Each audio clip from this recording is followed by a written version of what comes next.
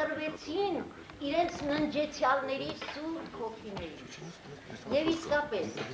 այդ նախնիներն են, որ մեզ են ժառանգել կյանքը ճիշտ ապրելու արվեստ։ Այսօր մեզ հետ կենդանի ոգով, իր սուրբ կենդանի հոգով մասնակցում է նաև մեր սիրելի Արտաշես Քալանթարյանը եւ լսում է մեզ, ուրեմն ես շատ կուզենայի, որ իմ մի քանի հարցերին պատասխաներ հենց ինքը, Արտաշեսի կյանքի ընկերուհին, Տիկին Ջուլիետան, որը եղել է գրողի, ստեղծագործությունների առաջին մեքենագրողը, առաջին ընթերցողը, առաջին քննադատը, մի խոսքով նրա գրական քարտուղարուհին, եւ որը այսօր սուրբ մասունքների նման հավաքում, իմի է բերում այն ամենը, ինչ վերաբերում է իր սիրելի ամուսնուն, որովհետև նա շատ լավ գիտի, թե որ տեղն է գրավում Արտաշես Քալանթարյանը, մեր հայ, եւ ապա հիշեցիք այն քաղցր օրերը, երբ դուք հանդիպեցիք նրան եւ դարձաք կյանքի ընկերներ։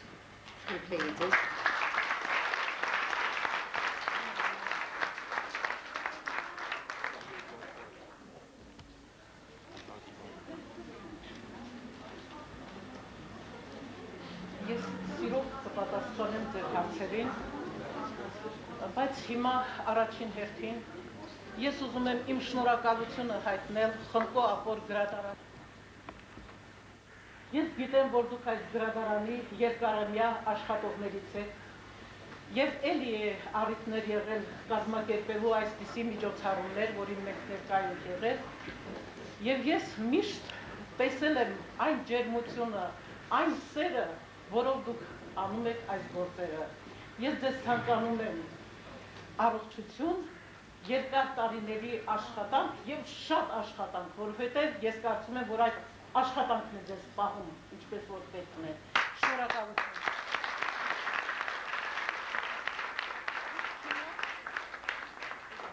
Իսկ հիմա մի քանի կարճ տեղեկություններ։ Արտաշես Քալանթարյանը ծնվել է 1931 թվականին Երևանում։ 1954 թվականին ավարտել է Պետական համալսարանի բանասիրական բաժնի ֆակուլտետի ժուրնալիստիկայի բաժինը։ Դեռևս դպրոցական տարիներից 14 տարեկանից նա սկսել է աշխատել եւ օգնել իր ծնողներին։ Նրա ծնողները Տաուշի շրջանից էին։ Հայրը փականագործ բանվոր էր, իսկ մայրը չէր աշխատում։ Նրանք իհարկե շատ վաղուց են դուրս եկել իրենց գյուղից, եւ հայրը շատ տեղերում աշխատել է, որպեսզի կարողանա պահի իր ընտանիքը։ 54 թվին համալսարանը ավարտելուց հետո նա անցել է աշխատանք, ներողություն, ես մի քիչ հուզվում եմ, անցել է տարբեր տեղեր աշխատանքի։ Ինձ միշտ հարցնում են, թե որտեղ եք դուք հանդիպել նրան, որտեղ եք ծանոթացել։ Եվ ես միշտ կատակով պատասխանում եմ, որ Արտաշեսին ինձ տվել է Կոմսոմոլը, որովհետև այդ տարիներին ես Պատանի հանդիսատեսի թատրոնի կոմերկմիության քարտուղարն էի, իսկ Արտաշեսը աշխատում էր կոմերկմիության շրջկոմում դպրոցական բաժնի վարիչ։ Ահա մի անգամ մեր հաշվետու ընտրական ժողովին մասնակցելու համար նա եկել էր թատրոն, մենք այդտեղ էլ ծանոթացանք, իսկ հետագայում արդեն կազմեցինք մեր ընտանիքը։ Բազմաժանր գրող է Քալանթարյանը, ֆելետոններ, ակնարկներ, հուշագրություններ, ուղեգրություններ, վեպեր, դրամաներ, կատակերգություններ, մանրապատումներ, այս ամենի հետ միասին նաև նրա հսկայական լրագրային աշխատանքը արդեն փաստ է, թե ինչպիսի խոշոր ժառանգություն է նա թողել մեզ։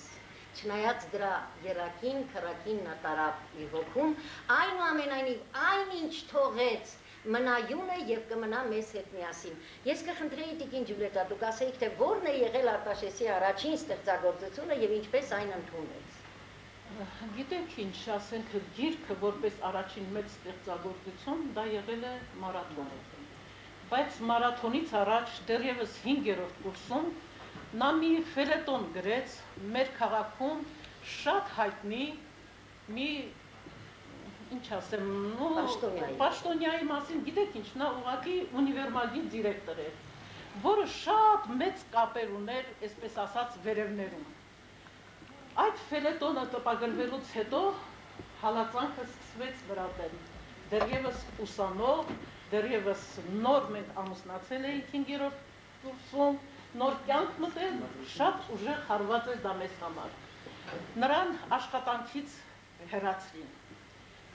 Խիստ նկատողություն տվին, պարտիական խիստ նկատողություն։ Ինքը այդ ժամանակ սպորտսմեն էր, պետք է մասնակցեր Մոսկվայում հեծանվորդների շքերթին։ Ուրեմն թույլ չտվեցին, որ մասնակցի այդ շքերթին։ Իհարկե, նա այդպես լուր ու մունջ չնստեց, պայքարեց, դիմեց ավելի, այսպես ասած, վերևները, եւ իհարկե նրան վերականգնեցին եւ աշխատանքում, եւ շքերթին մասնակցեց, բայց դա շատ ծանր հարված իր առաջին մեծ գործը, մարաթոն վեպը, այդ վեպում նա այդ բոլոր գործող անձանց, այսպես ասած, քաղկոմի քարտուղարին, կենտկոմի աշխատողին, մյուսներին, իր վեպի ուրեմն բացասական հերոսներն էին դրան։ Իսկ վեպը լույս տեսնելուց հետո արդեն մի անօրինակ հալածանք սկսվեց նրա դեմ։ Մենք արդեն ընտանիք էինք, ունեինք 3 երեխա եւ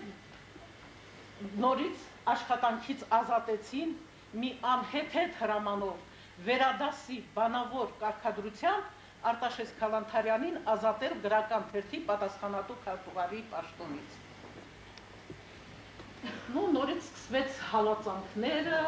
մի տարի նա անգործ էր, որը շատ դժվար էր մեզ համար,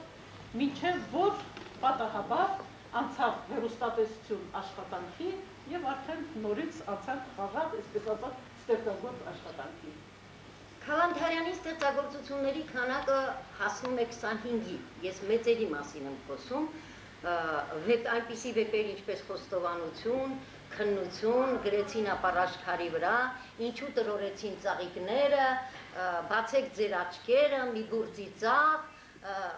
իսկ դուք որտեղ էիք, եւ այլն, իսկ մանրների թիվը արդեն շատ է։ Բայց ես առանձնապես չեմ ուզում կանգնել բոլոր ստեղծագործությունների վրա, որովհետև դրանց համար շատ երկար ժամանակ կպահանջվի, բայց ես ուզում եմ ձեր ուշադրությունը հրավիրել, իսկ դուք որտեղ էիք վեպի, որը նրա վերջի ստեղծագործությունն էր, որովհետև սա համարվում է լրագրողների համար իսկական դասագիր։ Ես գիտեմ, որ այն հանձնարարվում է ժուրնալիստիկայի բաժիններում, դարձել է դիպլոմային աշխատանք, ես ինքս կարդացել եմ դիսերտացիոն աշխատանք, եւ շատ տարողունակ վերնագիր ունի, դուք նկատում եք, իսկ դուք որտեղ էիք, իսկ դուք որտեղ էիք, երբ հալածում էին ձեր ընկերոջը անարդարացին, իսկ դուք որտեղ էիք, երբ ցեղասպանություն էր կատարում, իսկ դուք որտեղ էիք, երբ քննադատում էին անարդար կերպով ձեր բարեկամին, ձեր հարազատին, ձեր ընկերոջը եւ այլն, այդ հարցը բոլորը կարող են տալ իրար եւ միմյանց։ Բայց ես չեմ ուզում իմ կարծիքը փաթաթել ձեր վզին, որովհետև իմ կարծիքը համընկնում է թերթում այն ժամանակ լույս տեսած մի կարծիքի, որը ես համարում եմ եւ մտավորականության եւ ընթերցողական լայն շրջաների կարծիքը։ Դրա հեղինակը մանկավարժ Հասմիկ Խերանյանն է, որը մեր նշանավոր արձակագիր Մկրտիչ Խերանյանի աղջիկն է եւ մանկագիր Խաչիկ Հրաչյանի կինը։ Լսենք այդ կարծիքը։ Գիրքը փայլում է կյանքի խորը ճանաչողությամբ։ Մերկացումները շրջկոմների, քաղկոմների, կենտկոմի բյուրոների, ղեկավար աշխատողների փայլուն են։ Գիրքը երկար կապրի եւ պատմության դասեր կտա սերունդների։ Ինչ խորը փիլիսոփայություն, դիտողականություն են արտացոլում Մկրտիչ Զուլոյանի, Զավեն Շարաֆյանի արտահայտած մտքերը գերեզմանատանը, Լենինգրադցի բուֆետապանուհու մերկացումները։ Այստեղ ասած խոսքերը հերոսի լեզվով պետք է ասել, ես իմ Աստված հանճարեղ եմ։ Մեր կյանքի դիմանկարը շատ ճնշող է, գրքի էջերում ապրում և վերապրում ես այդ բոլորը։ Լավ է, որ գիրքն ավարտվում է լավատեսությամբ, բարեբախտաբար կան Մկրտիչ Զուլոյանի, Զավեն Շարաֆյանի նման մարդիկ, ազնիվ, մաքուր։ Շարաֆյանի նախատիպը դուք եք, իսկ քանի որ կյանքում կան լավ մարդիկ, եթե հույսը կա, եւ նպատակը ապրելու իրավունք ունենք, գոնե ապրելու իրավունք։ Ես ձեզ շնորհավորում եմ, ցանկանում եմ առողջություն, հեռու բոլոր տիպի բյուրոներից, կենտկոմներից, ցանկանում եմ երկար ապրեք ազատ, անկախ Հայաստանում եւ նոր ու լավ գրքեր գրեք։ Երեխաներ, երևի մեծերը այստեղ ովքեր նստած են, մանկավարժները, ծնողները հիշում են այն հրաշալի հեռուստատեսային հաղորդաշարը, որ վարում էր երկար տարիներ Արտաշես Քալանթարյանը։ Այն կոչվում էր այո, իմ տունը քո տունն է։ Ես կուզենայի դուք ասեիք Տիկին Ջուլետա, ինչպես ծագեց այդ միտքը նրա մոտ եւ Գիտեք ինչ, նա դեռ շատ վաղուց մտածում էր մի այդպիսի հաղորդաշարի մասին, նույնիսկ մի անգամ մի փորձ արեց, որը հետո շարունակվեց, եւ ընդհանրապես մտածում էր, որ այդ հարաբերությունները, այդ թեմաներով, այդ բաներով հաղորդում անպայման պետք է։ Եվ երբ որ նա գրեց իր առաջին հաղորդումը, այդ ժամանակ ռեժիսորը Գրիգոր Արզումանյանն էր։ Նրա հետ նստեցին, մտածեցին, թե ինչպես պետք է անեն այդ հաղորդումը, մտածեցին, որ կհրավիրեն դերասանի, որը կվարի այդ հաղորդումը, բայց Գրիգոր Արզումանյանը առաջարկեց, որ Արտաշես, գուցե դու վարես այդ հաղորդումը։ Արտաշեսը ճիշտն ասած սկզբում հրաժարվեց, ասեց դեռ մի քիչ գուցե լավ չի, հետո նույնիսկ կատակով ասեց, թե ինչ միասնա դեմք ունեմ, որ մեկ էլ էկրանով Երևան, այսպես կատակով բանով, բայց վերջը համոզեցին եւ գնաց այդ հաղորդումը։ Այդ հաղորդումը հաջողությունը շատ ապշեցուցիչ էր։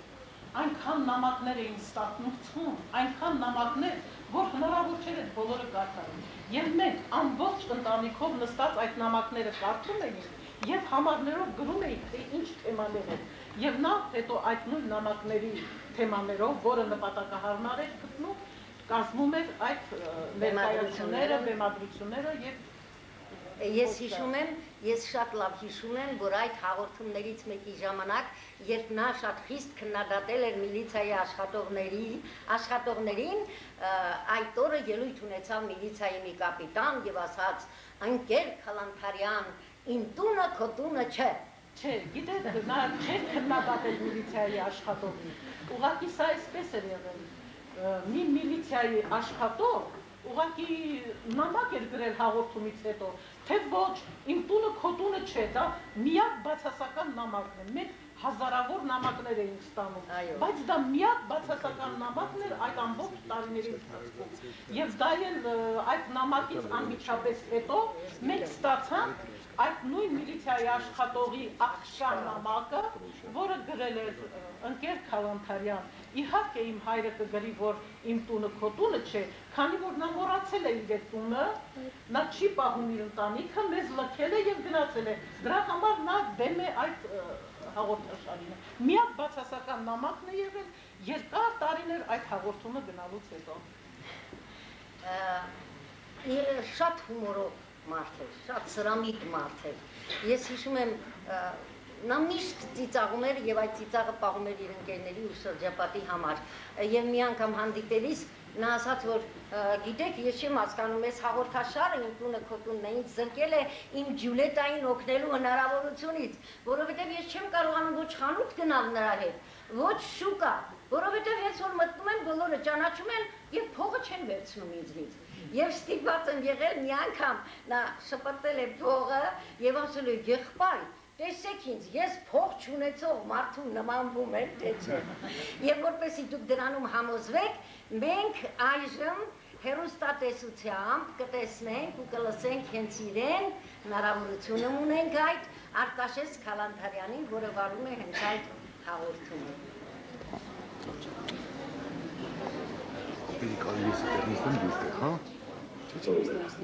Հիշում ենք իմ տունը քո տունն է հաղորդաշարի 1986 թվականի առաջին հաղորդումը։ Տարիներ առաջ նույն վերնագրով հաղորդաշարի եզրափակիչ հաղորդման ժամանակ մենք հարկ համարեցինք համառոտակի բացատրել, թե ինչու ենք որոշել փակել այդ հաղորդաշարը։ Հիմնական պատճառը մեր կարծիքով այն էր, որ հաղորդաշարը 3 տարի շարունակ կատարել է իր դերը եւ վտանգ կա, որ կսկսվի թեմաների քննություն, կամա թե ակամա կմնա քննարկվող հարցերը եւ կպակասի հեռուստադիտողի հետաքրքրությունը հաղորդաշարի նկատմամբ։ Այսօր առանց կեղծ համեստության, ուրախությամբ հայտնում ենք ձեզ, որ մենք սխալվել ենք։ Չնայած դեր հայտարարությանը նամակների հոսքը հեռուստատեսություն չդադարեց։ Շատ հեղինակներ ոչ միայն տարակուսանք ու բողոքի էին հայտնում հաղորդաշարի փակվելու արդիվ, այլև հանդես էին գալիս խորհուրդներով ու առաջարկություններով, թե ինչ անել, որ ավելի հետաքրքիր ու օգտակար դառնա հաղորդաշարը, թե ինչ մատուցող, ինչ նոր նյութեր, դրանով ինչ ոլորտներ ընդգրկել, ինչպես ավելի ընդլայնել քննարկվող խնդիրների շրջանակը։ Մենք ուզում ենք որի շնորհակալություն հայտնել բոլոր նրանց, ովքեր ուշադրությամբ հետևում են հայկական հեռուստատեսության ծրագրերին, ապրում հեռուստատեսության խմբագրությունների աշխատանքով, մասնակցում հաղորդումների ու հաղորդաշարերի ստեղծմանը, իրենց քննադատական դիտողություններով ու խորհուրդներով ուղղություններ նշում, խորհուրդներ տալիս եւ որոշակի ժամին ամեն ինչ թողած տեղավորվում հեռուստացույցի առջև իրենց սիրած հաղորդումը դիտելու։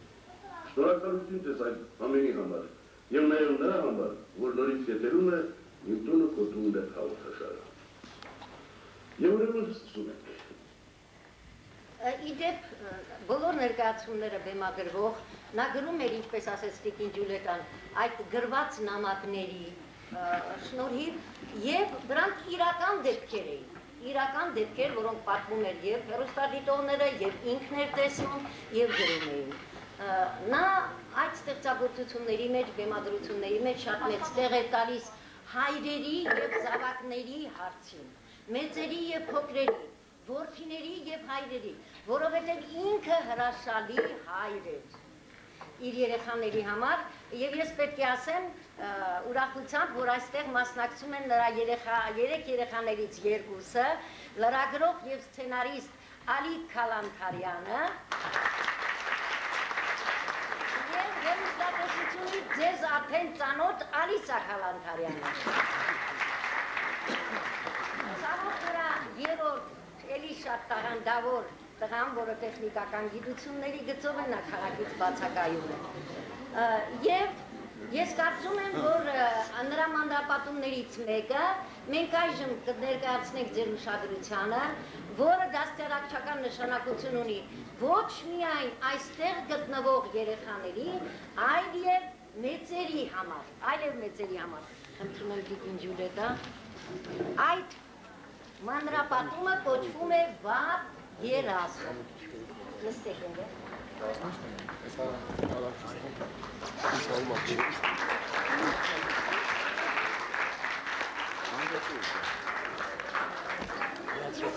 Սայիս,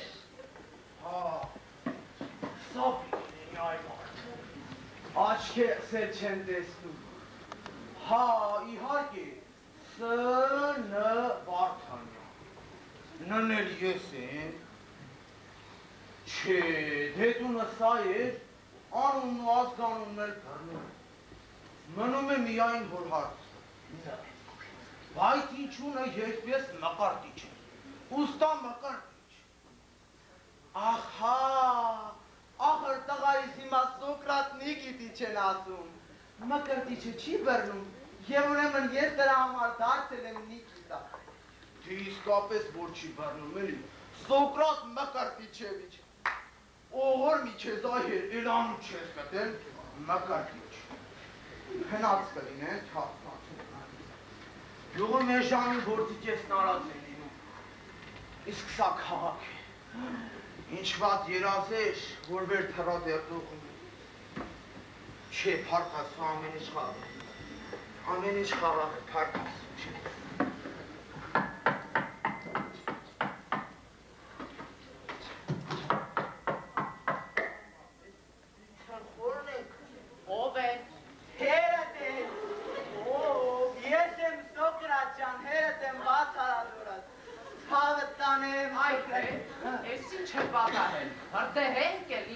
Ինչ է դե այդ աղա։ Բայց քան երկար ծեծել կլինի, լավ ծեծեցիր, սպասիրելի կբացենք։ Բարև Սոկրատ ջան։ Լամաց հայրիկ, երեխաները քնած են։ Հա, կարող է մի եկ պաչ եմ, Բայ, լավ էլի լվացված չեմ այ հետ։ Բան չկա ես ես Ամեն տեսակ էլ բաչած կլինեմ Սոկրատ ջան։ Հա, մի քիչ մոշ եմ բերել, մի քիչ մոր։ Դե մերքի, ման չփեչի այդ հա։ Դու մտնել, ասացի քնած են չէ։ Բայ չէ։ Արի խոհանոց։ Կամաց, պատերին չխփես, նոր ենք խմում։ Ավելի մոտ է։ Արի այստեղ նստի։ Էդ էլ ցած դիրին շկարին կար հետը քաշ տալու։ Ասացի հարսը կուրախանա, կամպոտ է, մուրաբայ է։ Դե կուրախաներ, եթե պատրաստածը բերեիր, այդ էր։ Ինչ կա, չկա, այսքան շուտ ուր էիր գալիս։ Բա չգիտես, քաղաք տեղ ուշ ենք վեր կենում։ Ոչ մեկ այստեղ չի աշխատում, չի սովորում։ Դե այստեղ այդպես էլի, ուշ քնում էր, ուշ էլ վեր ենք կենում։ Չարժ էր, որ այսքան շուտ գայր, չես տեսնում, չենք էլ կարողանում կարգին բարձր խոսել։ Չհասկացա։ Գնաց կկանգնեցնի այդտեղ։ Չէ դե ինչի համար ես նեղանում։ Չեմ նեղանում, բալա ջան, բայց դե տեսնում ես, ծանր դույլերը ձեռքից հու քաղաքում ման չի գարում։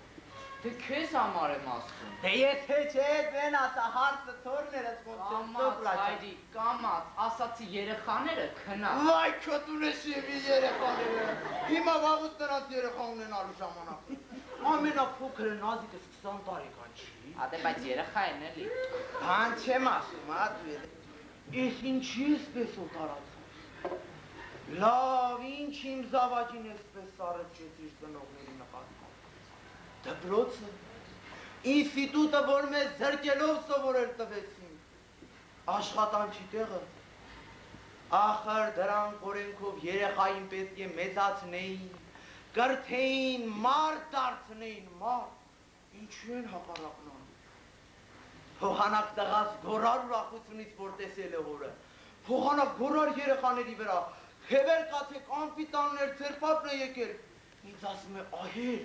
կամաց խոսիր, նստիր խոհանոցում, պատերին մի քսվիր, նոր ենք ռեմոնտ արել։ Աշխարհիս ինչ եսպես շուր եք արել։ Հա, այհեր,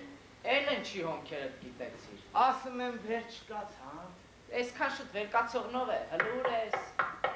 Ահան, տես, ես էլ իմ վարդն է, ես պետք է գնամ արդեն։ Յա, բա առանց հացտելու ես գնում սովորել։ Ադե արդեն սովորել եմ։ Քարտուղարից որ սուրճ է տալի, հերիք է։ Հա, իս դու նստի ուր որ է վեր կկենանք, հաց կուտել։ Չեմ ուզում, բալա ջան, ես կուշտ եմ։ Վատ երազ էի տեսել անհանգիստ է։ Ասացի գնամ տեսնեմ, ոնց է, ոնց չէ։ Հետաքրքիր մարդ ես այհեր։ Քեզ համար քնում ես, մեզ համար ես երազ տեսնում։ Ինչ անեմ։ Հա, ասում եմ ես էլ գնամ։ Ախր ուր ես գնում է։ Ուր որ է ինժեներ, ուսուցչուհի թորն այդ վեր կկենան։ Բալավ, գոնե նրան չես ուզում տեսնել։ Դե կարևորն են է, որ ողջ առողջին։ Այս բաներն էլ միտեղ դատարկի, դույլերը մեզ տեղ։ Ախր ինչ կարիք կար հետդ քաշ տալ։ Ինչ իմանամ, շուկան լիքներ։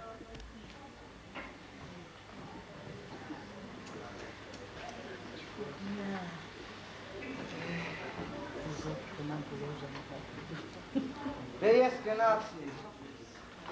Արի նստիր ավտոս, ինձ հիմնան կտան, հետո քեզ Չեմ ուզում, չէ, ես ոտքով կգնամ։ Ախր ինչի այհեր։ Չեմ ուզում, էլի։ Ուրեմն գնում ես։ Հա, սպասի, բայց չասցիր թե ինչ երազ էիր տեսել որ։ Ինչ որ էր, տղաս, կատարվեց, մնակ Այ, այհեր էդ եր, այհերը սպասի, բայց չասիր թե նանին ոնց է, նանին ոնց է այհեր։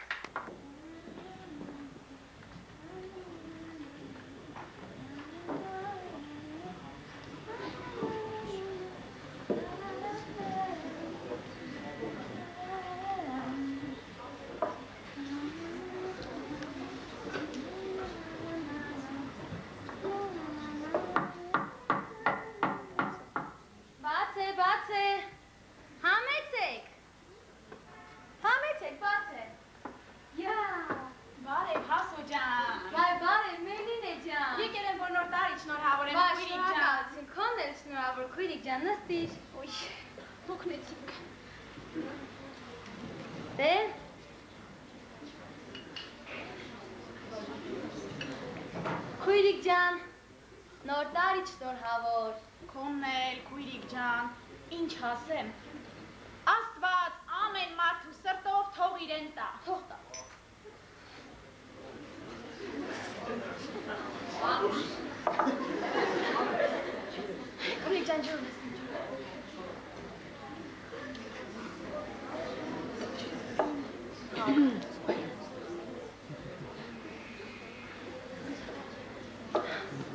Դե, պատմի տեսնեմ ոնց է, ոնց անցկացրի նոր տարի։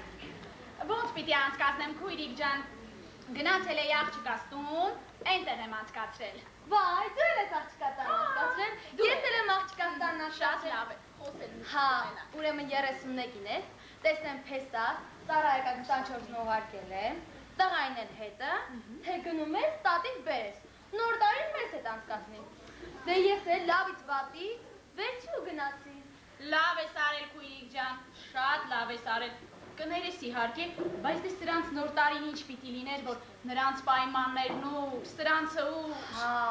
են ինչ սեղան էին պատրաստել, են ինչ սեղան, աշխարհից ինչ որ կար սեղանին էր։ Իսկ սկեսուրն ինչ էր անում, էլի քթի տակ էր հետդ խոսում։ Տան է որ խոսեր, գնացել էր աղջկատուն։ Աղջի, այդ կնիկը հոխելքը չի թրծրել, բա մարդ նոր տարի օրով իր տունը կթողնի կգնա աղջկատուն։ Բա չգիտես որ այդպես է, հենց մի ազից օր է լինում, վեր է կենում ու գնում աղջկատուն։ Ուշք ու միտքը աղջկատանն է, իսկ տղան եղած չեղած։ Լավ, դու պատմիր, տեսնենք ոնց անցկացրիք։ Հա, շատ լավ անցկացրի։ Փեսած գլխովս պատույտ էր գալիս։ Մամ ջան, ես վերցրու, մամ ես վերցրու, ես գինին փորձի, ես կոնյակը խմի, դե ես էլ ճիշտ ասած որով ա խմողն է։ Դե զոքանչն էլ մայրը էլի, ինչ տարբերություն, իր մայրը, թե կնոջ մայրը։ Հա, ինձ հարազատ մորից էլ շատ է հարգում։ Դե նա մարդ է, կներես իհարկե հոգոտղի նման չէ։ Էլնի ասա, իմ տղեն որ նրա նման իներ, ինձ էլ իշ դար։ Բա ես ուր են։ Հիմա էլ գնացել են, զոքանչի նոր տարին շնորհավորեն։ Նա եկել ու սրանց դե շնորհավորեն, սրանք է գնացել են նրան շնորհավորեն։ Բայց այդ երբ է հասցրել գա։ Անցի 31-ին։ Ոնց թե 31-ին։ Հա բա, երևի աղջիկն է զանգել ասել, որ ես տանը չեն, նա էլ վեր եկացել ու եկել։ Ես էլ մի ամիտ աղջկաս տանից որ եկա, սկսեցի փոքր թորանս խոսեցնել, ասում եմ Նարինե ջան, ոնց անցկացրիք նոր տարին, թե տատի, շատ լավ, կերանք, խմեցինք, երգեցինք, պարեցինք, ասում եմ, ձեզանից բացի էլով կար, թե տատիկն էր մեզ հետ, դաղ դու անունը որ չտվեց պատկերացնում ես, ոնց որ կաստով խփեն գլխից,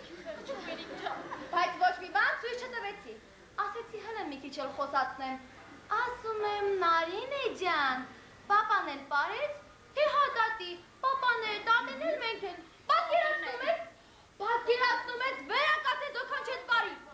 դո բա մարդ թուր կտա իրեն զոքանչ հետ պարի, դո աննամուտ, զոքանչը ով է որ վեր ես կենում հետը պարում, անամոտ, դե լավ է, դու պատմի տեսնեմ ոնց եղավ որ գնացիր աղջկատուն։ Ինչ պատմեմ քույրիկ ջան, ուրեմն ամսի 31-ն էր,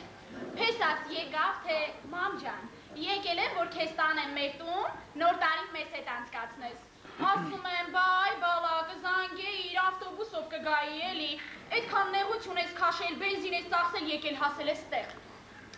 Ասում է, բա ամոթ չէ, հարևաններն ինչ կասեն, չեն ասի, թե սեփական մեքենան տակը, այն կնիկը ավտոբուսով է գալիս։ Հա, ապրինա, լավ տղա է։ Մերին է, բա տղա դու հարցը չասացին, ինչ ես գնում։ Այշ, ասացին, բայց նրանց ասածնով է բանի տեղ դնում։ Լավ ես անում, ես էլ հաշվի չեմ առնում, իրենց հել եմ ասել եմ, 7 աղջիկս է, մեկը դուք չեք։ Ճիշտ ես անում, հասո ջան, փեսած շատ լավն է, ոսկի է, համա շատ կոպիտ է, գիտես, ինձ մոտ էլ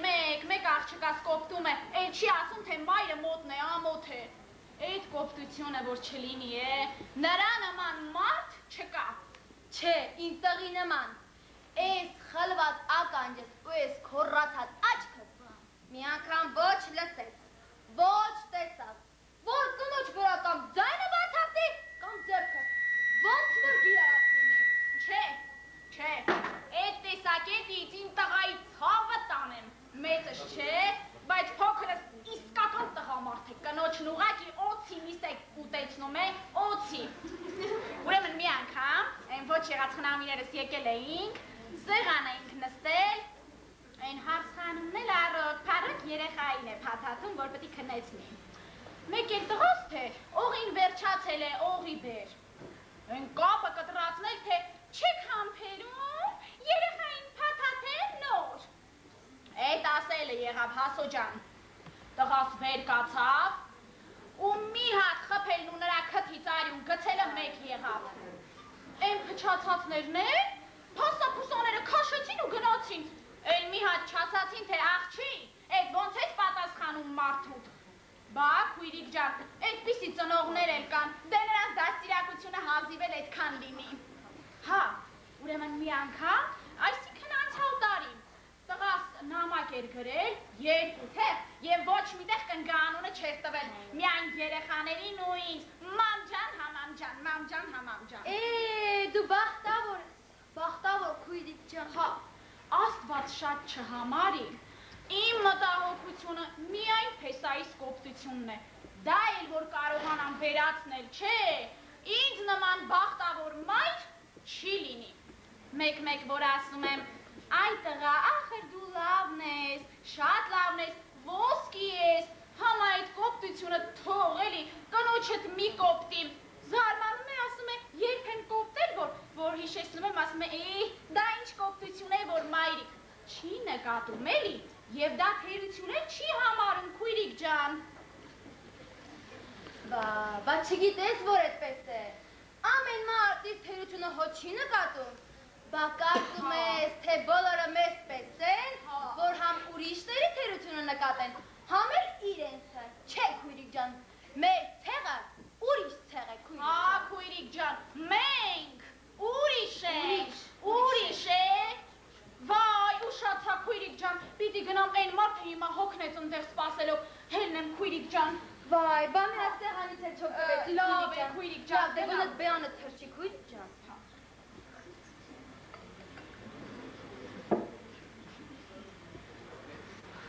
Ոյ, ջան, դե նոր գնացին Հասո ջան,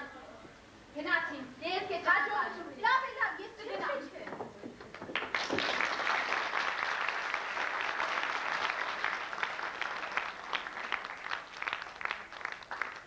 Անին դրեց մի շատ համարձակ ու հետաքրքիր ստեղծագործություն, որը նա անվանեց «Բացեք ձեր աչքերը»։ Այսօր տիկին Ջուլետան ինձ մի շատ հաճելի անակնկալ մատուցեց, ուրախալի անակնկալ, այս ստեղծագործության կապակցությամբ նա ստացել է բազմաթիվ հարյուրավոր նամակներ, որոնց միջից նա գտել և բերել էր ինձ իմ նամակը, որ այդ կապակցությամբ և տարիներ առաջ գրել եմ Քալանթարյանին։ Եվ ես ուզում եմ այն ձեզ ներկայացնել, որպես հենց այդ ստեղծագործության գնահատական, որը բեմադրվեց մի քանի անգամ, եթե չեմ սխալվում 2 կամ 3 անգամ պարոն Նազարեթյան, հեռուստատեսությամբ և այնուհետև այն վերացրեցի։ Կեցցեք Արտաշես Քալանթարյան, իսկապես կանչելի է։ Արտաշես Քալանթարյանի սրամիտ, տաղանդավոր ժամանակի հետ քայլող միտքը, միանալով Կիմ Արզումանյանի սքանչելի ռեժիսորական արվեստի հետ, ստեղծել էր մի ուրույն համադրություն, որը դիտվում էր մեծ հետաքրքրությամբ, տանում էր իր ետևից, չթողնելով մի վայրկյան անգամ շեղվել էկրանից։ Շնորհակալություն ամեն ինչի համար, դերասանական հիանալի անսամբլի, Մետաքսայի, Նազարեթյանի, Ղարիբյանի, Դոնարայի և Հայալփիի սքանչելի խաղի համար։ Մետաքսա Սիմոնյանը գտավ իրեն այս տարիքում։ Այս դերը իրոք նոր հաջողություններ նրա համար, իսկ Նազարեթյանը և Դոնարան, ինչպես միշտ, իրենց տարելքի և բարձրության մեջ էին, բնական ու համոզիչ։ Կրկին անգամ շնորհակալություն երաժշտական սքանչելի ձևավորման և օպերատորական աշխատանքի համար։ Քալանթարյանի ձայնը թող միշտ այդպես առողջ ու հուզիչ հնչի։ Ես շատ շնորհակալ եմ։ Ես գիտեմ, որ այս ներկայացման կապակցությամբ պարոն Նազարեթյան ինչ-որ մի հետաքրքիր պատմություն է կապված, և ես ձեզ շատ կխնդրեի, որ այն ներկայացնեիք մեր ընթերցողներին։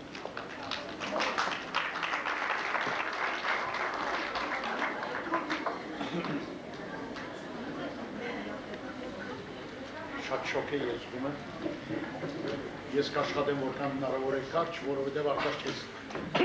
Քալանթարյանի մասին կարելի է խոսել ժամերով եւ չվերջանա այդ խոսակցությունը։ Ես կաշխատեմ մի փոքր դրվագ պատմել։ Սա 1975 թվականներ, երբ որ Բրեժնևյան ռեպրեսիաները շատ ուժեղ էին, այդ տարիներին սրվել էր վիճակը եւ դիսիդենտների եւ մի փոքր քննադատողներին աշխատում էին ամեն կերպ կամ երկրից դուրս հանել կամ այստեղ հոգեբուժարաններում սսպել։ Արտաշես Քալանթարյանը այդ միջոցին էր, որ կարողացավ գրել «Բացեք ձեր աչքերը» պիեսը, որը մենք հաստատ համոզված էինք, որ դա չի գնալ։ Եվ ահա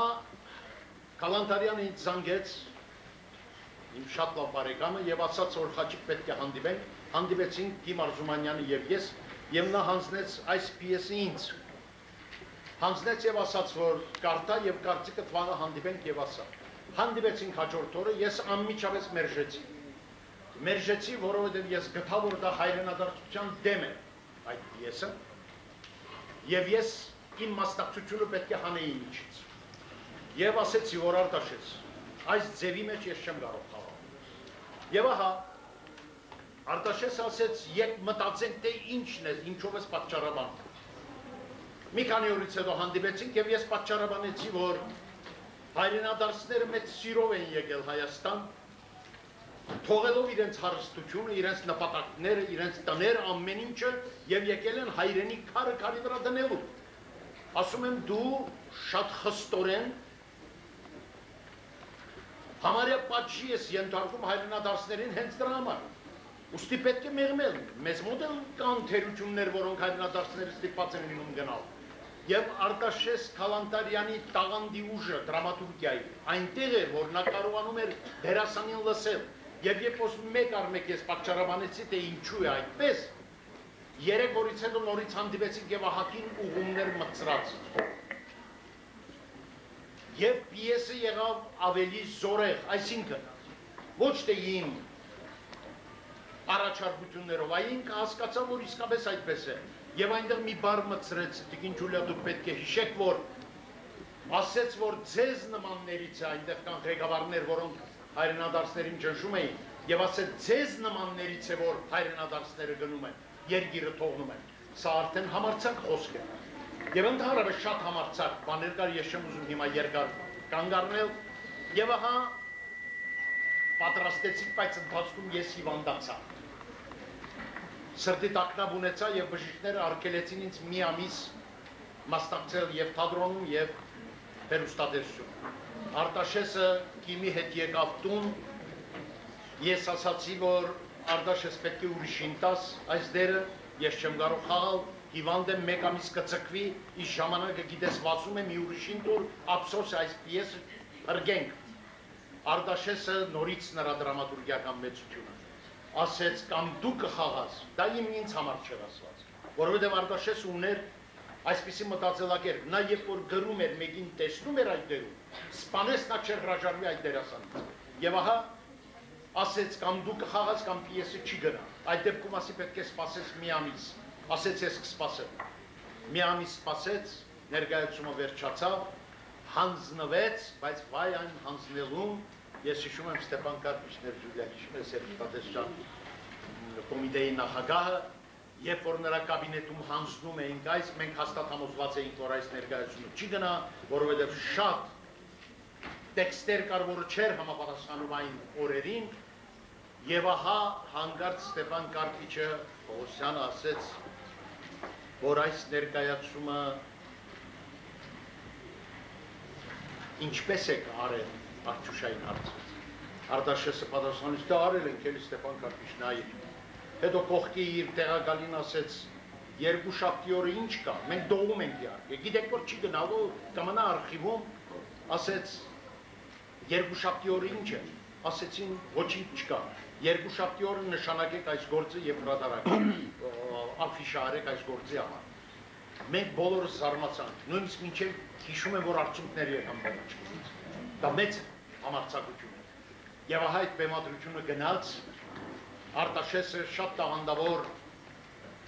տաղանդավոր մի դրամատուրգ էր, ես նրա համարյա բոլոր գործերում խաղացել եմ և թատրոնում, և ռադիոյում, և հեռուստատեսությամբ, և մենք եղել ենք ստեղծագործական մտերիմներ։ Արտաշես Քալանթարյանը ունի այնտեղ մի հատված, երբ որ իսպանացի էմիգրանտը և Հայաստանից ներգաղթած Փարիզ Ժակը, որը ես էի խաղում գլխավոր դերը, այնտեղ խոսում են հայրենիքի կարոտի մասին։ Ես չգիտեմ գա այդ հատվածը կլինի թե չէ, բայց ես գիտեմ, որ այդ հատվածը ինձ համար դրամատուրգիական գլուխգործոց է ընդհանրապես։ Ընդհանրապես այդ հատվածը դրամատուրգիական գլուխգործոց է և մեծ հայրենասիրական հատված, որը շատ շատերը արդյունքակալված էին, որովհետև այդ պիեսը բեմադրված էր տրագիկոմեդիա, և դա էր ճիշտը։ Եվ ահա 1991 թվականին Ամերիկայի Միացյալ Նահանգներում շրջագայելուց մի խումբ դերասաններով Նյու Յորքում ենք, մեծ բանկետ է և մենք ելույթներ ենք ունենում դերասանները, ահա ես էի ղեկավարում, այսինքն կոնֆերանսին ես էի, շուրջ 600 հոգի կար սեղանների շուրջը նստած, կային նաև հայաստանցիներ, որոնք ընդմիշտ գնացել էին Ամերիկայի Միացյալ Նահանգներ։ Եվ ահա նստած եմ, հայտարարեցի Արթուր Ուտմասյանի ելույթը, նստեցի և հանկարծ տեսնեմ մեկը գրկեց ինձ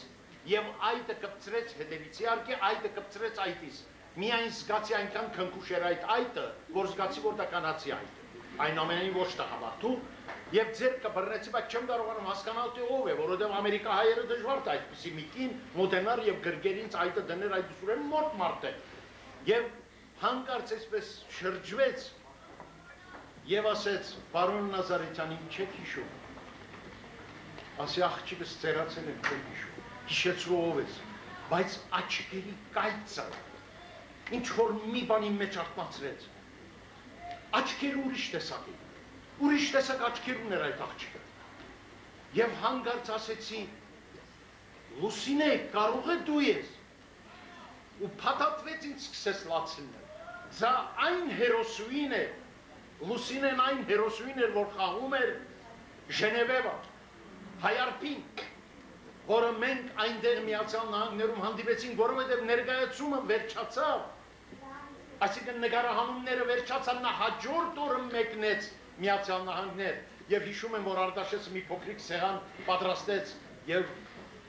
բարի ճանապարհ մաղթեցինք դեպի Ամերիկա, և որտեղից որտեղ համարյա 12-13 տարի անց ես հանդիպում եմ, բռնեցի ես նրա ձեռքից Լուսինեի, որ արդեն բարձր կրթություն ուներ, Նյու Յորքի համալսարանում էր դասավանդում, մագիստրոս էր մաթեմատիկայի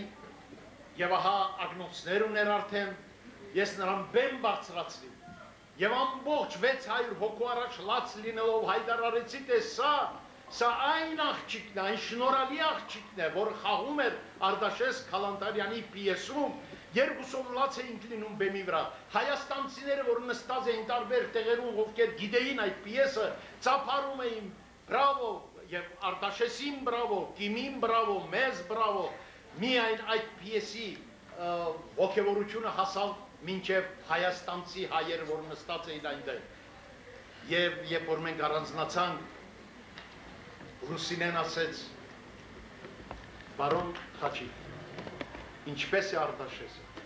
Քալանթարյանը իհարկե Արտաշես չասեց, ասի նա չկա, նա շուտ մահացավ, իր տարիքի շուտ, նորից լաց եղավ Լուսինեն, բայց հիշատակ պահեց իր մեջ, որ նա իր կյանքում խաղացել է հայկական հեռուստատեսությամբ մի դեր, որը նշանավորվեց նրա կյանքում և նա խոստացավ երբեք չմոռանալ իր դերը, երբեք չմոռանալ այդ հաղորդումը և երբեք չմոռանալ Արտաշես Քալանթարյանին։ Շնորհակալ։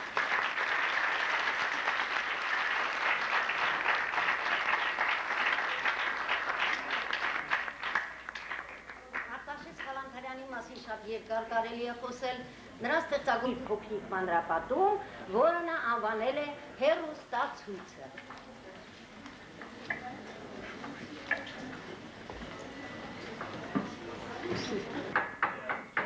Ես Հայկոն տանը չի, հա։ Ինչ արդեք եկա։ Բայց մենք չենք ջարդում, Օքո գլուխը պետք է ջարդեր, բարև Հայկո ջան։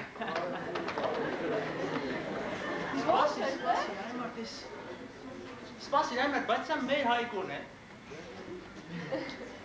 Այդ աղա դու դիտման պես փոխվել, որ մենք քեզ չճանաչենք, հա։ Բայց ես ձեզ առաջին ճանաչեմ։ Ես ինչպես է իրար եք պատահել, էլի պատահականորեն, հա, ուշկուրջան։ Հա, Հայկո ջան։ Այո, պատահականորեն։ Գիտեմ դուր ներկայանալ, Տեր եւ Տիկին Մարգարյաններ։ Ինչ կասես սրա։ Բանակից անմիջապես հետո,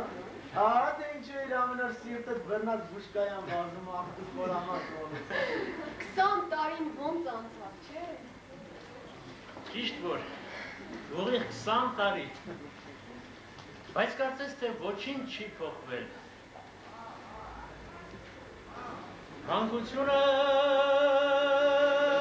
Հանգությունս Սիրուն գործ չունես, հանգարցու ետ եկա, իշակ չարլեզում է, կբրնի ու… Լսիր Հայկո, իսկ դու մանկությունից ինչ ես այսքան վախենում։ Քանի որ ինչքան իջնում այն ժամանակ էլ տերեխներ չէիր հագնում, հա։ Ճիշտ է, չէի հագնում, բայց գիտեք ով է ձեր աղաշկայինած։ Ով։ Մի հսկայական տրստի կառավարիչ, Հայկարան Վարասիչ Փամոսյան։ Քարվատիվ հեռախոսով, ծառայողական և սեփական ավտոմեքենաներով, փորձենյականի բնակարանով, թառայեղ ամարանոցով, սեփական ֆիզիկական բաղնիքով և այլն։ Շատ ուրախ ենք Հայկո ջան, Ուրախ ենք, Հայկո ջան, ուրախ ենք։ Ուրախ ենք դրան առաջ, եկեք, ասեք իմ թառայեղ բնակարանը, որդուս, որ իմ հպարտությունն է։ Ճիշտ է կինս այսօր տանը չէ, բայց նրա հոգի միշտ ինձ հետ է։ Այդպես որ անեք կոշիկները, հակեք մաշիկները։ Այդ ախը դա ինչի համար է, չեմ հասկանում։ Զզվում եմ այն տներից, որտեղ ստիպում են զորով հանել կոշիկները։ Որ իմ այն կոշիկ պիտի հագնեի, ձերքում չէի գա։ Զզվում եմ։ Ինչ գիտեմ, կինը էլի հատակն այնպես է փայլեցել, որ… Չէ, մենք չենք փայլեցում։ Հա, մենք փնթիղ Լավ, կարող եք գալ կոշիկներով, եկեք նստել։ Շնորհակալություն։ Հա, լավերի, տեսնում ես երաժշտություն եմ լսում, խանգարում ես։ Բայց ես։ Բարև, տղաս։ Շկամացելի, տեսնում եք զբաղված եք։ Լսիր, Հայկո ասում է ինձ ճորսենյակում ես, գուցե մենք ուրիշ տեղ գնանք։ Իհարկե, գնանք Հայկո։ Ինչ եք ասում, սա իմ հյուրասենյակը, ուղղակի որդիս չգիտի թե ովքեր եք դու։ Պատկերացնում ես Ռուբիկ, 20 տարի իրար չենք հանդիպել, բանակի իմ սիրելի ընկերներն են, Թամարը և Անիկը։ Միասին շատ հիշարժան օրեր ենք անցկացրել, 3 տարի։ Դե հասկացա էլի, ողոտակեր չեմ, թողեք լսել։ Դե լավ, Հայկո, չխանգարենք տղայիդ, միտեղ ուրիշ տեղ գնանք, մի բան անենք։ Այդ երաժշտությունը այդքան հաճելի է։ Ոչ։ Հա, կամացելի։ Լավ, չեն խանգարում, կամացել։ Հիմա ես մի լավ սեղան։ Չէ, կարիք չկա Հայկո ջան, մենք կուշտ ենք։ Հայկո ջան, կուշտ են, կարիք չկա, նստի։ Ինչ եք ասում, նստի, կարիք չկա։ Հիմա այնքան բան ունենք իրար պատմելու։ Դե վերջացրեք, զզվցրիք էլի։ Օնիկ, մենք գնանք, հայեր։ Սպասի։ Ռոբիկ, սա ինչ անքաղաքավարություն, մանիք քեզ ինչ է սովորեցին։ Եթե քեզ խանգարում ենք, վեր կա և գնա քո ննջարան։ Այնտեղ և նվագարկիչ կա և հեռուստացույց։ Անա դու գնացեք նջարան, սա իմ տեղը չի։ Ինչ ես կպել ինձ, հարամարի գլխիս էլի։ Օնիկ, գնանք, հա Չի լինի, նստի տեղը։ Խմելու մի բան բեր, Հայկո։ Հիմա։ Փառայեղ կոնյակ է։ Տեսնում եմ, լսրու։ Օնիկ չես ամաչում, դու սրա կարիք ունես։ Ունեմ, իհարկե ունեմ։ Հիմա համար ջան, մի բաժակ տնեմ, լավ կլինի։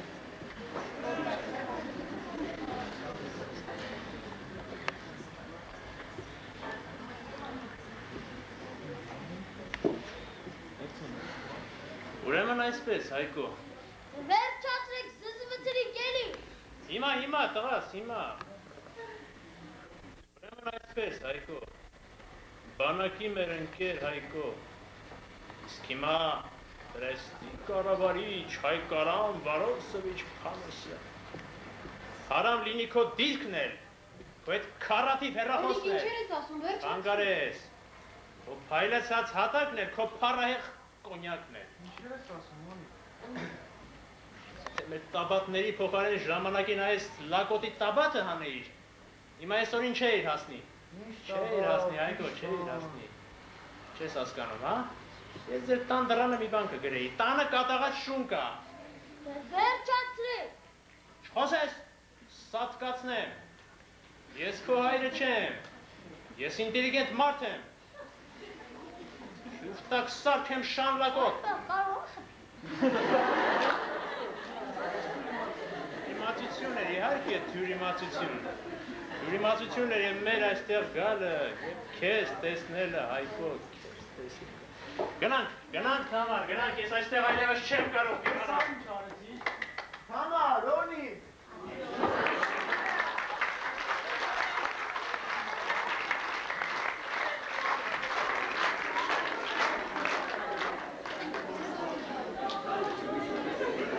Այսպես տեսնում եք, որ շատ ծնողներ կան, որոնք օգտվելով իրենց նյութական հնարավորություններից,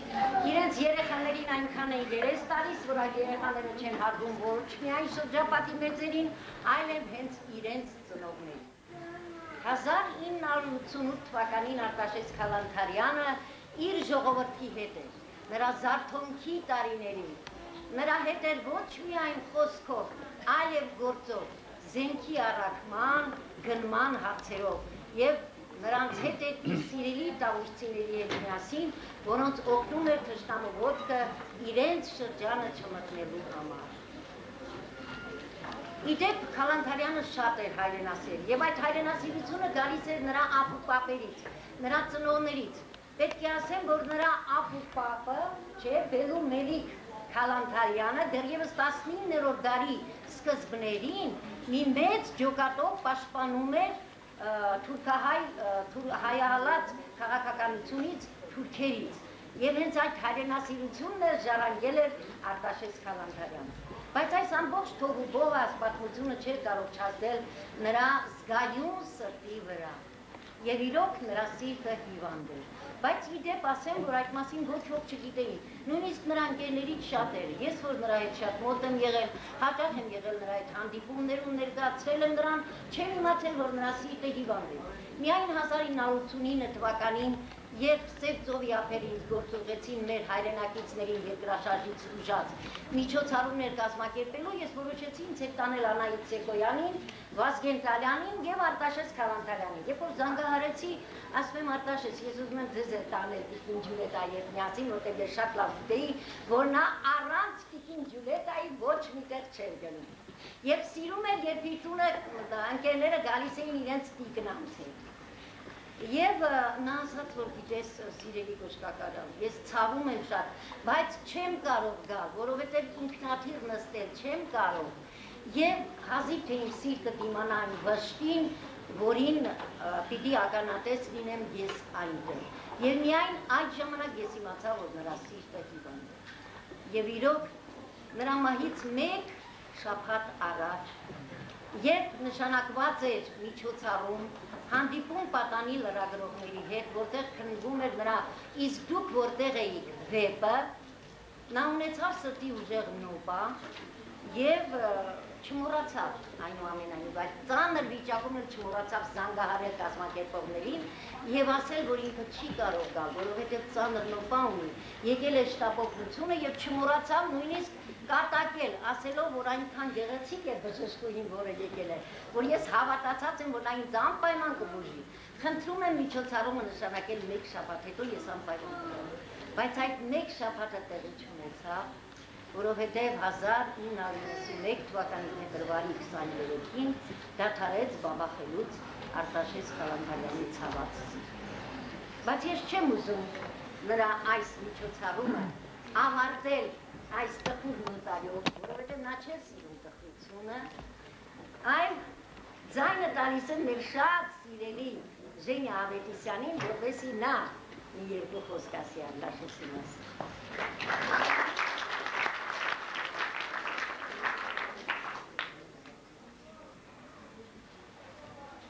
Սիրելի բարեկամներ,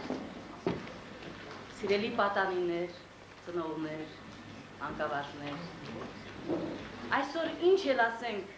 Արտաշես Քալանթարյանի մասին, քիչ կլինի։ Ես այն երջանիկներից եմ, որ մասնակցել եմ նրա գրեթե բոլոր բեմադրություններին, հեռուստատեսության, ռադիոբեմադրություններին, թատրոնում, բայց ուզում եմ առաջի իմ ստեղծագործական հանդիպումը Արտաշես Քալանթարյանի հետ, որը տեղի ունեցավ հեռուստատեսային մի հաղորդաշարի նոր ծնունդով, դա ամառային, աշնանային, գարնանային կատակներն էր, որը մեր հանդիսատեսը շատ մեծ սիրով դիտում էր և լայն արձագանք գտավ մեր հանդիսատեսի կողմից։ Եվ ուզում եմ ասել, մենք բոլոր դերասաններս շատ ցանկություն ունեինք Արտաշես Քալանթարյանի հետ հանդիպել, ոչ միայն ստեղծագործական, և գիտեինք, որպես մարդկային նկարագիրը նա շատ աղ ու հացով մարդ էր։ Եվ մենք, եթե մասնակցում էինք այդ հաղորդումներին, գիտեինք, որ վերջում պետք է մի հրաշալի բանկետ տար իր տանը, գեղեցիկ մեծ փառահեղ սեղան բացաներ, մեր սիրելի Ջուլիան հրամցներ իր հրաշալի ուտեստներով, և մենք ավարտվեր միշտ այդ բանկետը մեծ ուրախությամբ։ Ես ուզում եմ ասել, որ Արտաշես Քալանթարյանը որպես մարդ, նրա մարդկային նկարագիրը այնքան խորն է, որ ես չեմ կարող խոսքով արտահայտել։ Մի մարդ, որը իր բարությամբ շատ ակնհայտ էր, երբ որ մի մարդուն նվիրվում էր, որպես ընկեր, որպես բարեկամ, մինչև ուղն ու ծուծը նվիրվում էր, և ուզում էր, որ դիմացին էր նրան հավատար։ Եվ միշտ ժպտում էր այդ ժպիտի մեջ նրա մանկական ինչ-որ անմիջականություն կար, միշտ հուզվում էր, լավ էր լինում, հիշում եք, տիտաղում էր ու արցունքը թափում էր նրա աչքերից։ Մենք բոլորս շատ լավ էինք զգում, երբ որ բարակույրը բացվում էր, մեզ մոտ թատրոնում բեմադրվեց նրա քանի դեռ կամ ներկայացումը, երևի շատերը տեսած կլինեն, այսինքն մեծերը տեսած կլինեն, մի հրաշալի արդիական պիես էր, շատ համահունչ էր այդ ժամանակվան, խաղում էի մի ուրեմն սիրունատես, մի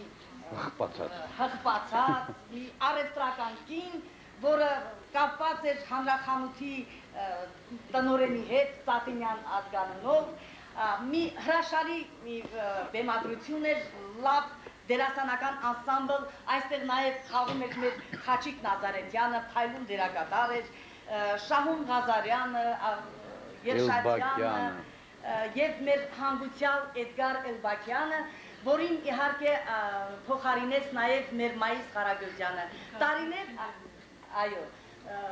և մենք պատկերացնում եք, նա գալիս էր ամեն օր, եթե նշանակվում էր ներկայացումը ամեն անգամ, նա գալիս էր մեր սիրելի Ջուլիայի հետ միասին, օթյակում նստած և անհամբեր սպասվում էր, թե այսօր ներկայացումը ինչպես պետք է լինի։ Կարծես ամեն անգամ ներկայացումը խաղալուց ինչ-որ մի նոր բան էինք անում, և մենք որպես ստեղծագործող լավ էինք զգում, և զգաստանում էինք, երբ որ մեր սիրելի Արտաշես Քալանթարյանը նստած հաճույքով, կարծես նոր էր լսում, նոր էր տեսնում այդ ներկայացումը, ամեն անգամ ժպտում էր, ծիծաղում էր և երեխայի մանկական ուրախությամբ։ Եվ տարիներ առաջ այստեղ, այս նույն դահլիճում, մենք նորից հանդիպում ունեցանք, երևի շատերը կվկայեն, ներկա էր Արտաշես Քալանթարյանը և այն ժամանակ առիթ ունեցանք մի փոքր հատված խաղալ այդ ներկայացումից, հիմա ցավում եմ, որ չկան իմ խաղընկերներս և ես չեմ կարող ցույց տալ այդ մի փոքր հատվածը, բայց կուզենայի մի փոքր բանաստեղծություն կարդալ, ինքը այդպես շատ չի գրել բանաստեղծություններ, բայց գրել է մեկը, որը շատ գեղեցիկ է ու հատկապես ինչու եմ ասում, այդ բանաստեղծությունը նվիրել է իր ընկերոջը, իր կյանքի ընկերոջը, իր սիրելի Ջուլիային։ Սա նոր եմ, այսպես ասած, պեղել, ասացի, որ գոնե կարողանամ ինչ-որ մի բան ներկայացնել մեր հանդիսատեսին։ Ասում են, թե սերը գարնանն է ծաղկում, երբ որ կանաչ են հագնում դաշտ ու սար, երբ սիրուց շիկնած վարդերն են բացվում, երբ որ ժպտում է արևը պայծառ։ Մեր պոետներն էլ սիրում են գարուն, սիրո մեջ գարուն, գարնան մեջ սերը, բայց իմ կարծիքով, բայց այդ խոսքերից ես չեմ հավատում, սիրո ամիսն է լով դեկտեմբերը։ Գուցե ինձ համար այդպես է, քանզի այդ ամսին տեսա այս լավ աղջկան։ Այդ ամսին նրան ստեղմեցի գրկից, ասացի, որ քեզ սիրում եմ։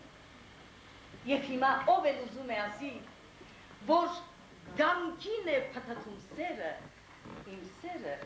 ինքը հենց նրան կասի, սիրո ամիսն է լով դեկտեմբերը։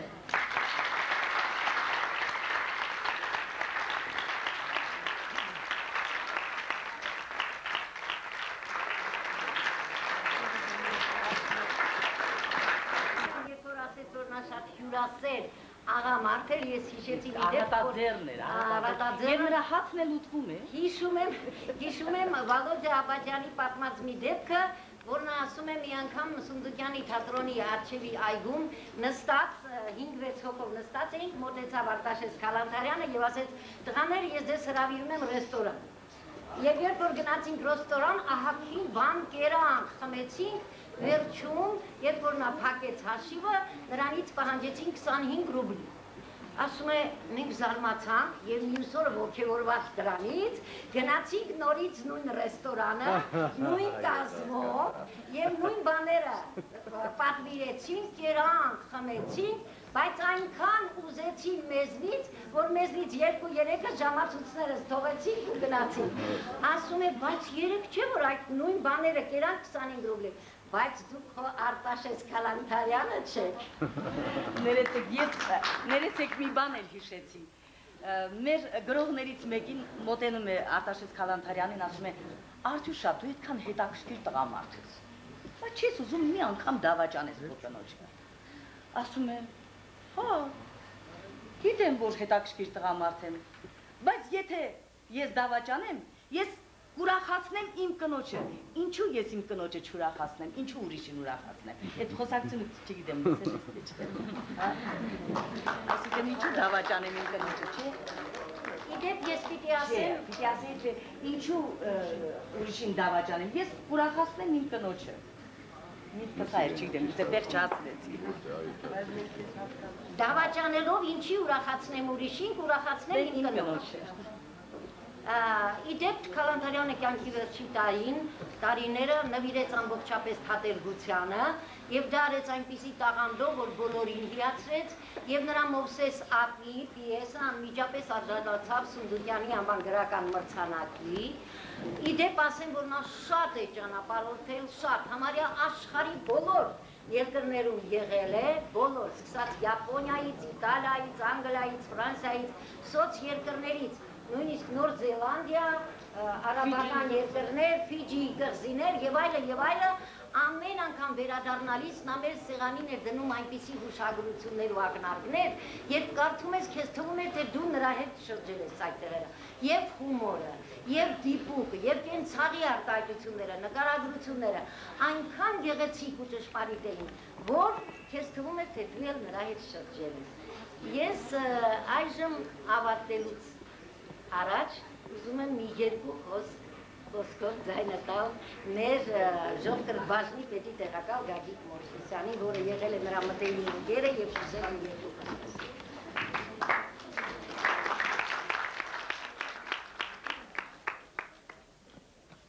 Նախ ես ուզում եմ շնորհակալություն հայտնել Տիկին Քալանթարյանին, Հնկո Ապոր անվան գրադարանի տնօրեն Տիկին Տոնոյանին, գրադարանի բոլոր աշխատողներին, այս միջոցառման կազմակերպման համար, որովհետև սիրելի գրողին Արտաշես Քալանթարյանի նրա ծննդյան 60-ամյակին նվիրված այս միջոցառումը նախ եւ առաջ մի հրաշալի բաց դաս էր, գրական դաս մեր ներկա փորձականների համար, որոնք նման գրական դասերի կարիքը շատ ունեն։ Գրողի Հոբելյանին նվիրված միջոցառումներն ընդհանրապես երկու նպատակ են հետապնդում։ Կրկին առիթ տալու հաղորդակցվելու սիրելի գրողի արվեստի հետ ինչ է կազմակերպիչները փայլուն իրագործեցին ներկայացված մանրապատումներով և դրվագներով և երկրորդ կարևոր նպատակը հոբելյանական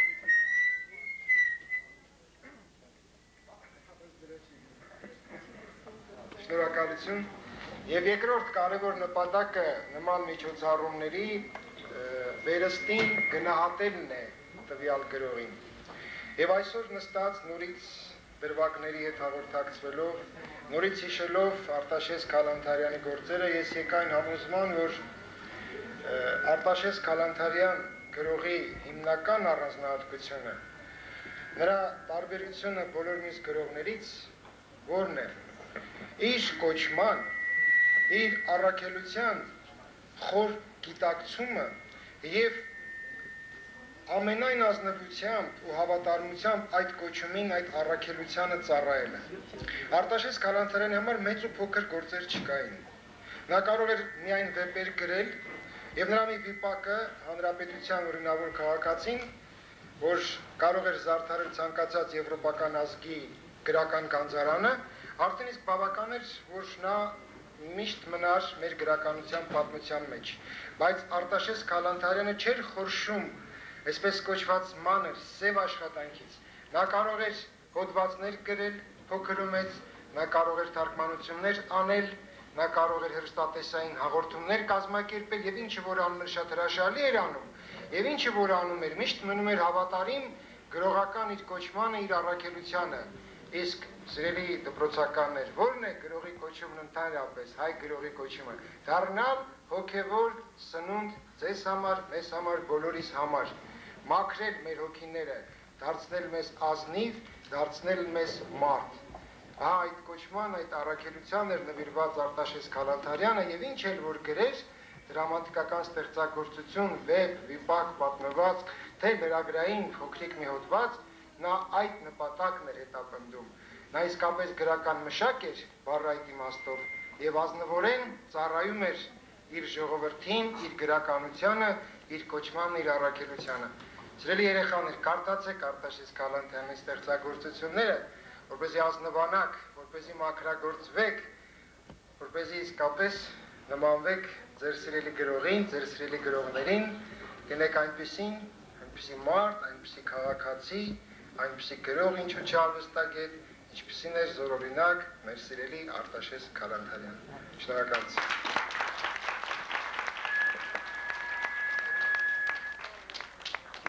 Սիրելի երեխաներ, սրանով ուզում եմ ավարտել այսօրվա մեր միջոցառումը և խնդրում եմ դեն բարձրանալ մեր երեխաները, ովքեր մասնակցեցին, շնորհակալությունս հայտնել բոլոր նրանց մեր նախկին Ջուլիետային, նրա ընտանիքի բոլոր անդամներին, մեր սիրելի արտիստներին, մանկավարժներին,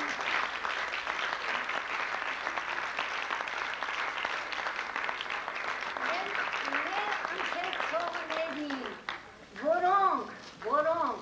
որոնցից շատերը չնայած արդեն ավարտել են, որոնցից շատերը արդեն ավարտել են դպրոցը, բայց չեն ուզում հեռանալ, ինչով կարող են մեզ օգնել։ Ահա խնդրեմ, Մանուկ Ստեփանյանը, Թատերական ինստիտուտի շրջանավար թատերագետ։ Մեր Վահեն, որը ազատամարտիկ Սամվել Գևորգյանի դպրոցի 10-րդ դասանի աշակերտ է։ Առաջի անգամ է մասնակցում մեր միջոցառումներին, բայց տեսակ թե ինչ լավ կատարեց իր դերը։ Մեր Գորին Գեորգ չգիտե։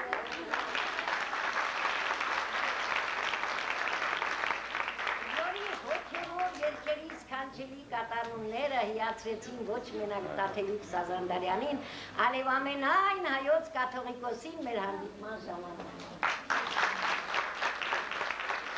Արմենը բժշկական ինստիտուտի առաջի կուրսի ուսանող, մեր մշտական ներկայացումների կատարող։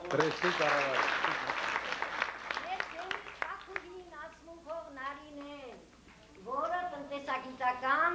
ֆակուլտետի երկրորդ կուրսի ուսանողուհի եմ։ Աշակերտուհի, որը թե տղաների, թե աղջիկների դերը հավասարապես կաններ։ Մեր Քրիստինեն ժուրնալիստիկայի ֆակուլտետի առաջին կուրսի ուսանողուհի, երկրորդ ներկայացում,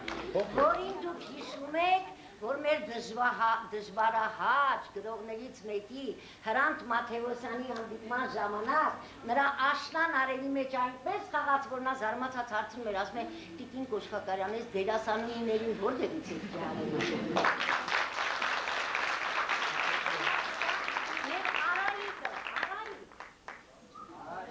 Արայիկ, 7-րդ դասարանի աշակերտ Արայիկը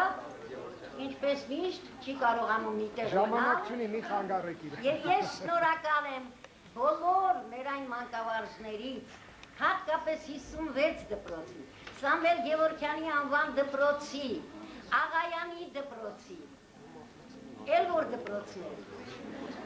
բոլոր այդ դպրոցների, որոնք մեր միջոցառումների մշտական ներկայացուցիչներն են,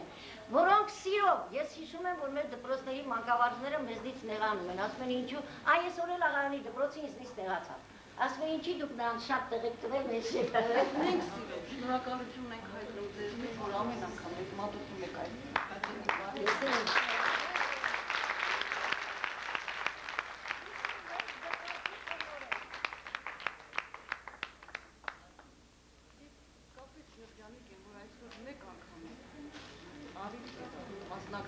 Մեր սիրելի գրողի ծննդյան օրվան, այդպես եմ ասում, որովհետև նա այն անձնավորությունն էր, որ մեր ընտանիքի ամենալավ բարեկամն էր, մենք շատ ենք վայելել Արտաշես Քալանթարյանի ներկայությունը Տիկին Ջուլիայի և երեխաների հետ, և այն ամեն ինչ ասվեց նրա մասին շատ քիչ էր, որովհետև նրա մասին կարելի է մի նախադասություն ասել, նա մարդ էր, որ շալագի տանում էր երկիր։ Տիկին Ջուլիա, սիրելի։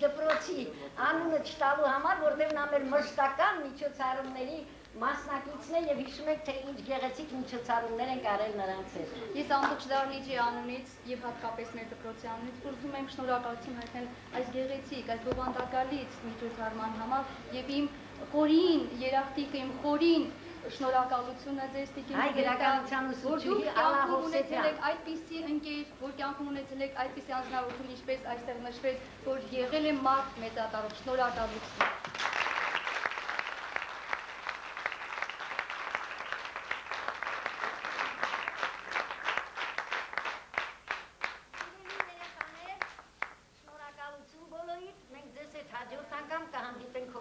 Առաջին կեսին, որը նվիրված կլինի ժողովրդական արտիստուհի Վարդուհի Վարդերեսյանին եւ նրա ամուսնուն արվեստագետ Գևորգ Աբրահամյանին։ Տիկին Կոշկակարյան, մեզ